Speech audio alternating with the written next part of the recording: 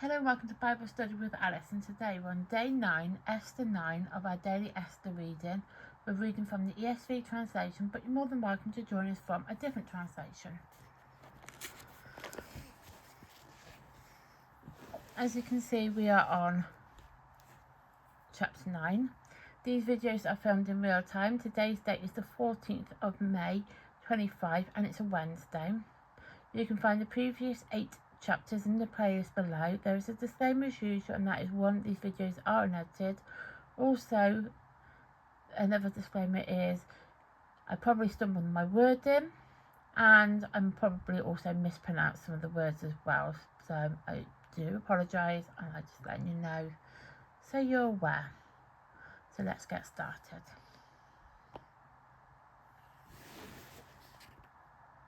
The Jew destroys their enemies.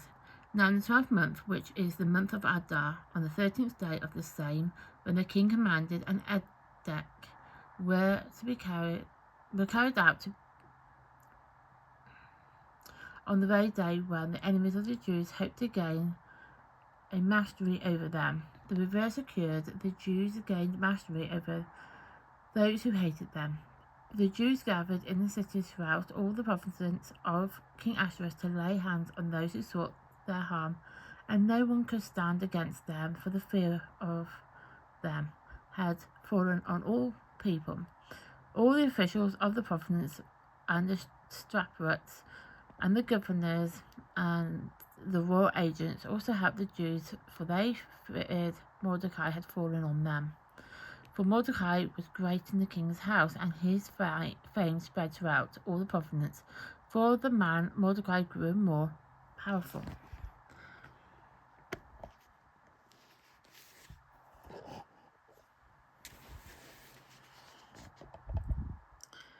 The Jews struck all their enemies with the sword, killing and destroying them, and did as they pleased as to those who hated them. In Susa town itself the Jews killed and destroyed 500 men, and killed Parathamia and Darathome and Aspia and Porphia and Adeleia and Aridathea, and Parmethasia and Arisea and Aridia and Ryasaphia. I'm not gonna lie, I probably mispronounced all of those names. So we're going to 10. The 10 sons of Haman, the son of Hammedatha, the enemy of the Jews, but they laid no hand on the plunder. The very day the number of those killed in Susa were reported to the king, and the king said to Queen Esther in Susa the Jews had killed and destroyed 500 men, and also 10 sons of Haman. What have they done in the rest of the king's province? Now what is your wish? It shall be granted you. And what further is your request? It shall be fulfilled. And Esther said, if it pleases the king, let the Jews who are in Susa be allowed tomorrow also to do according to this day edict, and let the 10 sons of Haman be hanged on the gallows. The king commanded this to be done. A decree was issued in Susa, and the 10 sons of Haman were hanged. The Jews who were in Susa gathered also on the 14th day of the month of Adar, and they killed 300 men in Susa, but they laid no hands on the plunder. Now the rest of the Jews who were in the king's province also gathered to defend their lives, and got relief from the enemies, and killed 75,000 of those who hated them, but they laid no hands on the plunder. This was on the 13th day of the month of Adar, and on the 14th day they rested and made that day a day of feasting and gladness. But the Jews who were in Susa gathered on the 13th day and the 14th, and rested on the 15th day, making that day a day of feasting and gladness. Therefore the Jews of the villages who lived in rural towns hold the 14th day of the month of Adar as a day of gladness and feasting, as a holiday, as a day on which they send gifts of food to one another. The feast of Purim Purim inaugurated.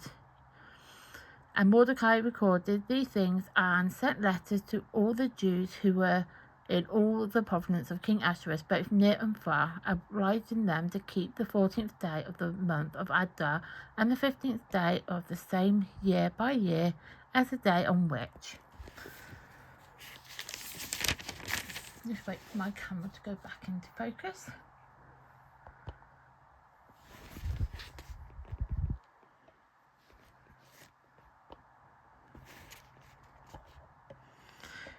The Jews got relief from their enemies, and as a month that had been turned for them from sorrow into gladness and the mourning into a holiday, that they should make a day of feast and gladness day for sending gifts of food to one another and gifts to the poor.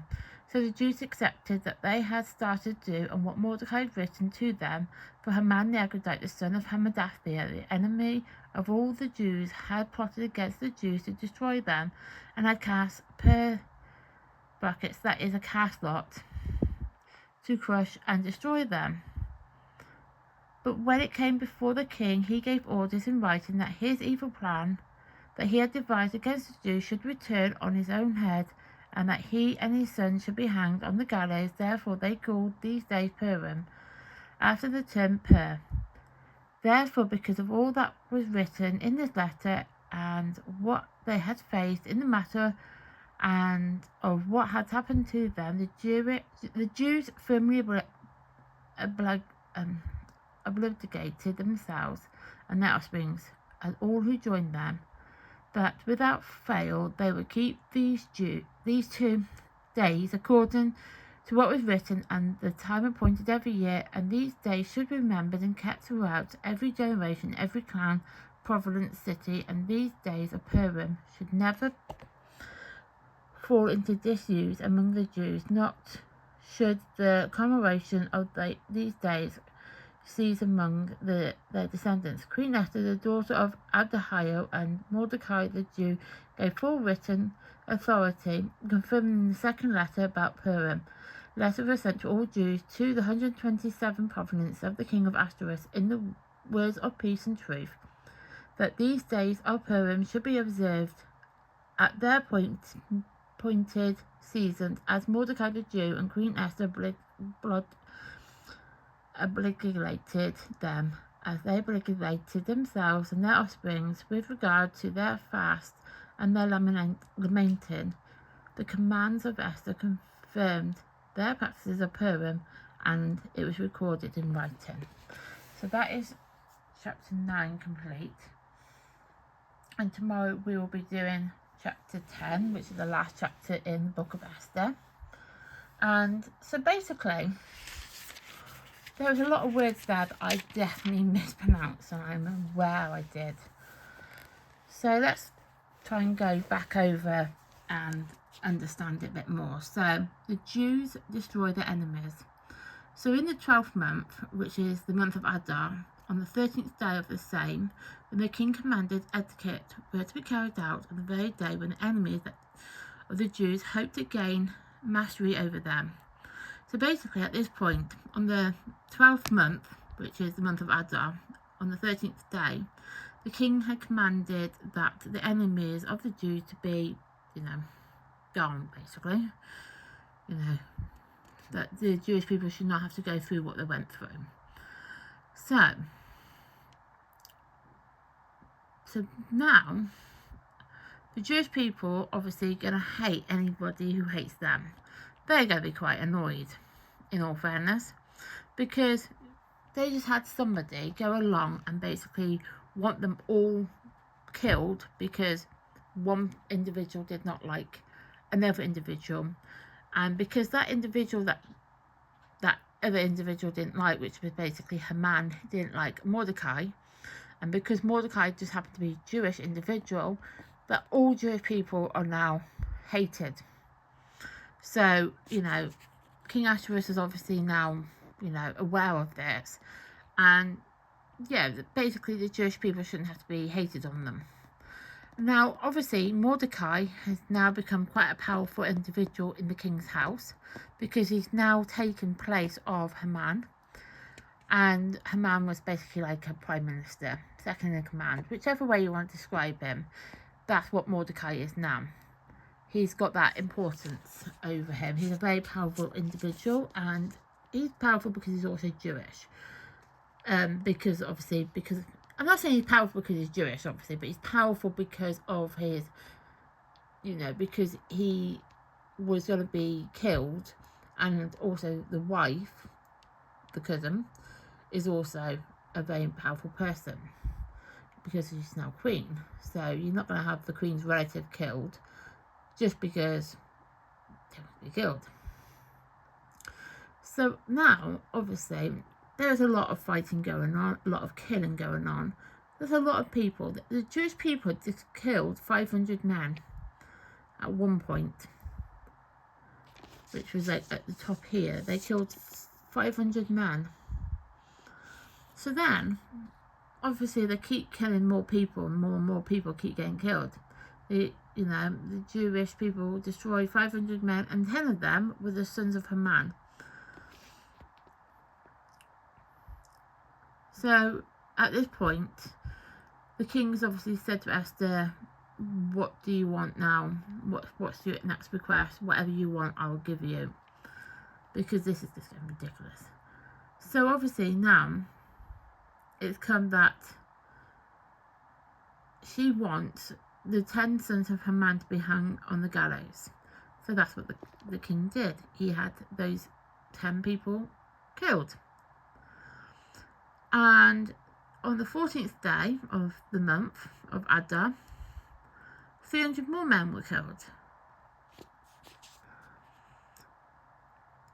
And in all of it, in total, 75,000 people were killed.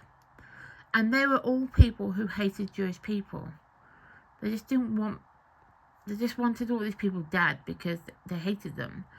I mean, it's not exactly a nice feeling being hated, but you wouldn't, I guess obviously back then you did, but you wouldn't go around killing people just because they hate you. Just don't speak to them. But obviously back then, the easiest way to do it is to kill them, which is not a great way of doing it, but they did, and that's what had happened, and that's part of the story. So now,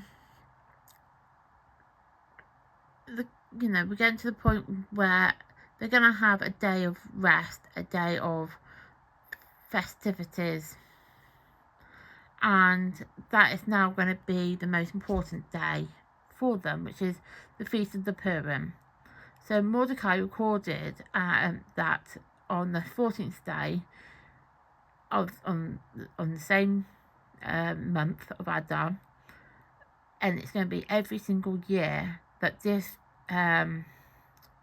Purim festival is going to take place, and that everybody is going to basically take place of it, and that is the most important thing, and that the Jewish people are now going to get relief from the enemies as this month has turned from sorrow to gladness and mourning to a holiday. So now they're getting really happy about it all, that Mordecai has basically, made it a known thing now, that this thing's gonna, this day's gonna happen, that all the Jewish people get to have this beautiful day where they can just enjoy whatever they want. And it's been now written into, like, I say kind of like into law now. It's like an authoritative, an authoritative figure is now put into practice that this day is going to take place, and that's what's going to happen. And Queen Esther's obviously happy by it as well. She's obviously confirmed that that's what she wants, and it's been recorded into writing that this day is going to take place. So now there's no more fighting, no more hating on Jews, and the Jewish people are going to, enjoy this beautiful day of festivities and get to chill out and eat food and be a bit merry. So to go to cover the story so far, in chapter 1, we have the king. He has his banquet, Queen Vestity refused to do what she was asked to do. She didn't want to do it, so the king's now like, I don't want anything to do with this queen. She's disobeying me. So he then has to find a new queen. So he gets all the young virgins in the area, in the province, to come to before him as a beauty contest type thing. Now with Esther, she's actually a Jewish individual. Her actual name's Hadassah, and she changes it to Esther to conceal her identity that she's a Jewish individual. Her parents both died when she was a young child, and her cousin, which is Mordecai, he becomes her guardian. So he has this responsibility over her, and as he's been summoned to send his cousin to the king, he has no choice, because the king wants all the young virgins in the province to be present so he can choose his next queen. But then he chooses Esther to be his next queen because she's the most beautiful person there. You know, she's basically what the king's looking for. But at the end of chapter 2, Mordecai discovers a plot that's going to kill King Ahasuerus. So he discovered this plot. In chapter 3, Haman, which is second in command, is a bit like a prime minister, and like the second senior member in the royal household. He discovers that Haman discovers that Mordecai is a Jewish individual, and he doesn't like Jewish people. He just doesn't like him. Haman just does not like Mordecai, because Mordecai would not bow down to the king when the king was in presence. Because even though in chapter 2 Esther's chosen to be queen, King Ahasuerus does not know that Mordecai is Jewish. He does not know who he is to the queen. He just hangs around outside. So at this point, Haman does not know who Mordecai is to the queen. Does not know the responsibility that he has over the queen, because he just doesn't know that, because it's not been revealed to him. But he just feels that everybody should bow down to the king.